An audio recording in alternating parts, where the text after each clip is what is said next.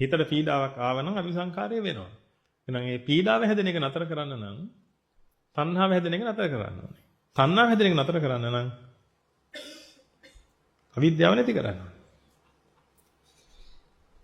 පටිච්චසමුප්පාදයේ භාග්‍යවතුන් වහන්සේගේ කාරණා පෙන්ලා දෙන්නේ ඒකයි. ඔතන තමයි සිංහදෙනේ කතාව තියෙන්නේ.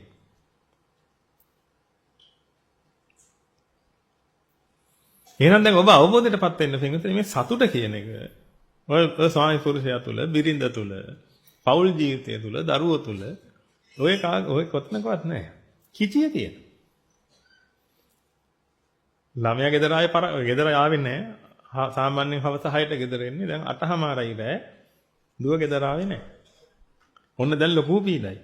ඊට පස්සේ 8:00මාරයි 9 වෙනකොට දුව ගෙදර එනවා.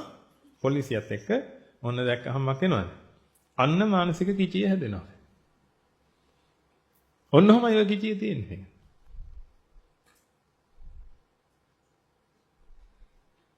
ඕකට අහු වෙන්න එපා. දැන් ඕක ඉල්ලන්න එපා වෙනතන. තේරුම් නැති වැඩන්නේ.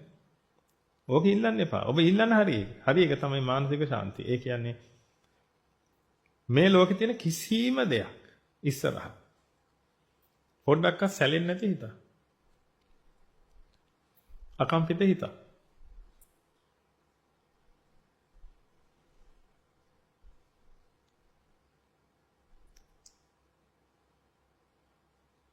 ඔන්න ඕක තමයි පිටුතුනේ ඔබ ශාන්තිය කියලා හොයාගෙන ආව නම් ඔය හොයාගෙන ඉල්ල තින්නේ ඔන්න ඕක.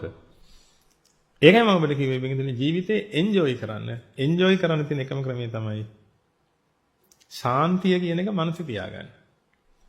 ශාන්තිමත් හිතකින් රූපයක් බලද්දී ඒ රූපේ හරි ලස්සනයි.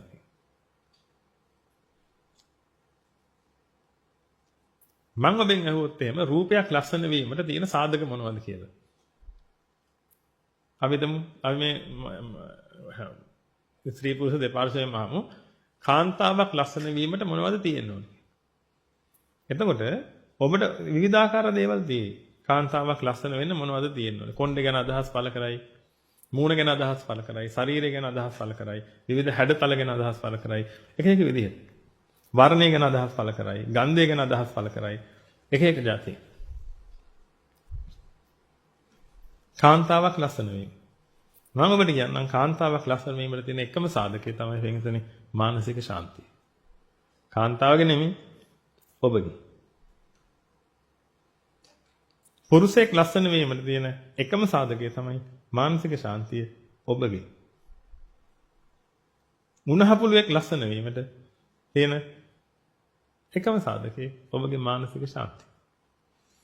ශාන්තිමත් මනසකින් දකින්න හැමදේම ලස්සනයි.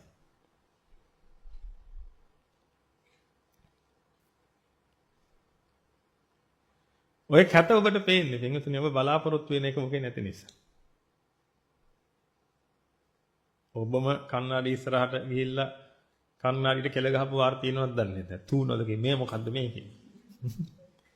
අපි එහෙම කියන්නේ නැහැ. අපි කියන්නේ ඔබ හරි ලස්සනයි කියලා.